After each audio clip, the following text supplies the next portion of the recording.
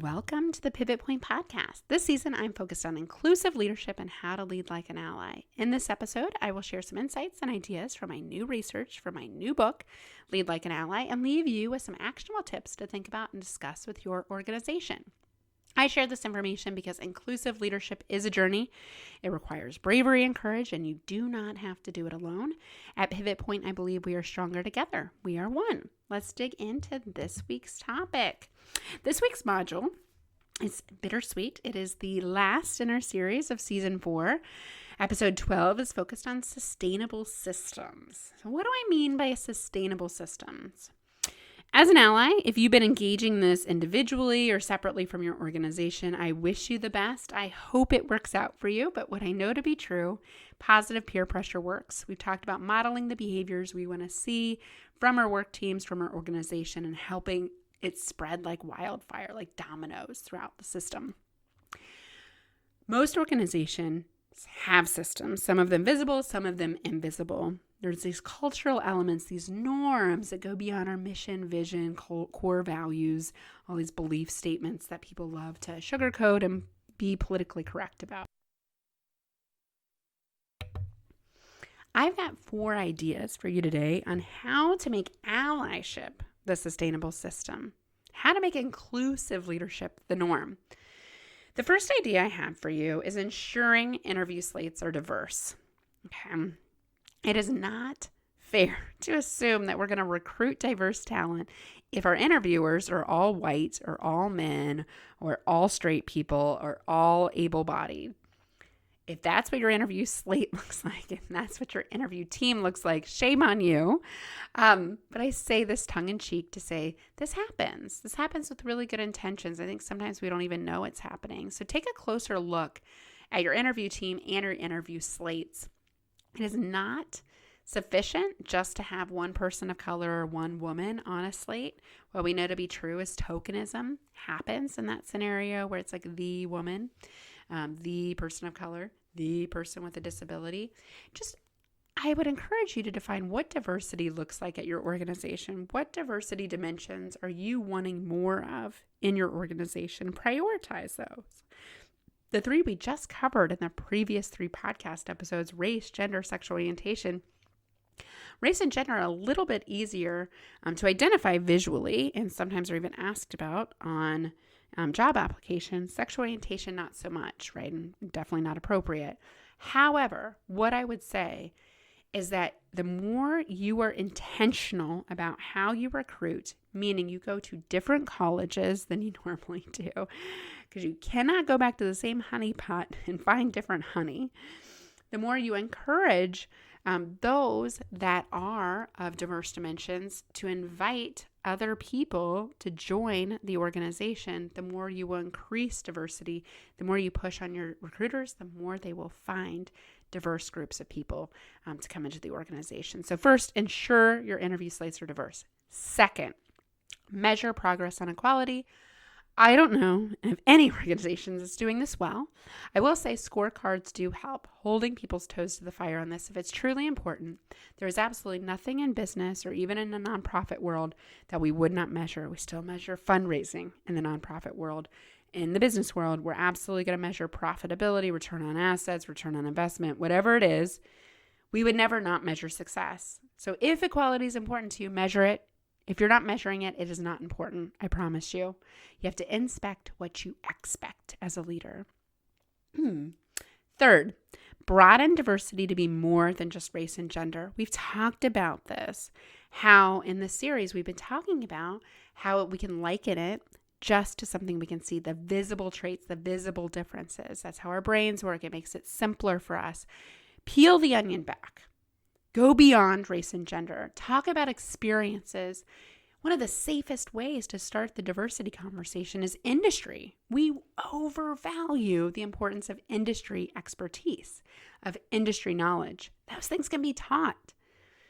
Think about the diversity of experiences you want your team to have. Do you want your team to have global experience, for example? Would you like that your team has different language capabilities, perhaps different geographies? The list goes on. There are so many different diversity experiences beyond just race and gender. So broaden it, but define it. At our organization, we're focused on diversity. That means that we want to actively engage people in these dimensions. Okay. And I like the term diversity dimensions, right? To put people in categories and kind of divide and conquer people is not appropriate. That's not going to lead to good behavior. But think about dimensions, peeling that onion back. Thinking about we all have our diversity stories, right? We're all engaged in this conversation. We're all better for it as well. Then the fourth piece and the last piece, the last learning nugget I get to share with you in this podcast series, the last unveiling of what we're teaching in our Lead Like an Ally program, which I'm going to do a quick promo to here in a minute.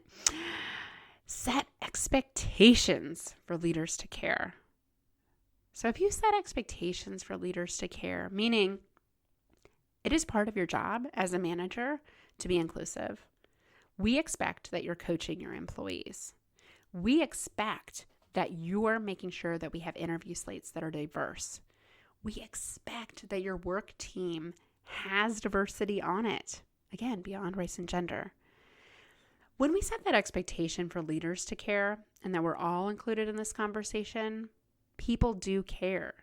People adhere to expectations that are set with them and for them.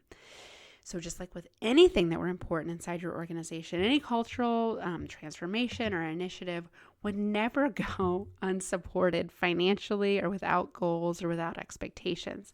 Diversity is no different. In fact, which brings me to the final thought that I have for you today, is think about diversity as a cultural shift. Think about inclusion as a cultural transformation. It is not an initiative. An initiative is short term. An initiative feels check the box. An initiative signals that it's important today, but in the future, someone's going to think about something else. Do not make that mistake. Commit to it. It is a journey. It is long term. No one has this figured out, but I promise you, the way that we are demographically shifting in the United States and across the world, if you are not diverse or getting better at diversity and inclusion today, you will not retain your diverse talent and you will not mirror your customers. Your customer base is changing from an ethnicity, a background, and expectation perspective, and is not going to stop. If you don't change, you will be extinct. Now, with that in mind, we've given you a lot of tools to be inclusive and lead like an ally thus far. We want to wrap up on a positive note. And what I'd love for you to do is take pen to paper right now. If you're driving, please don't do that. But if you're not, or a thought exercise for you later, grab a pen and paper. And what I'd love for you to write down is kind of your key learnings from this program. You've spent, a couple hours with us learning about the different allyship practices and inclusive leadership behaviors. We covered 12 key modules that we've got way more content on our actual learning management system, Lead Like an Ally. But write down your 3 takeaways thus far. If you've had the privilege of listening to all 12 episodes, I commend you. I am thankful for your support. And I want you to write down 3 things. 3 things you learned and 3 things you're going to do with the information. It's not enough to recognize what you learned. It's more important to recognize what you will do with the learning. I wish you the best in your allyship journey. Please, please, please, if you've had the opportunity to listen to all 12 of these episodes, please, please share with somebody that could benefit from this. Please review, give us some comments on what you learned, share those nuggets with us.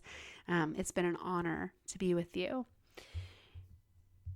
So did you know that you can find all 4 seasons of our episodes at nextpivotpoint.com, and you can sign up for the complimentary 30-day preview of our new program, Lead Like an Ally, and order our new book, Lead Like an Ally.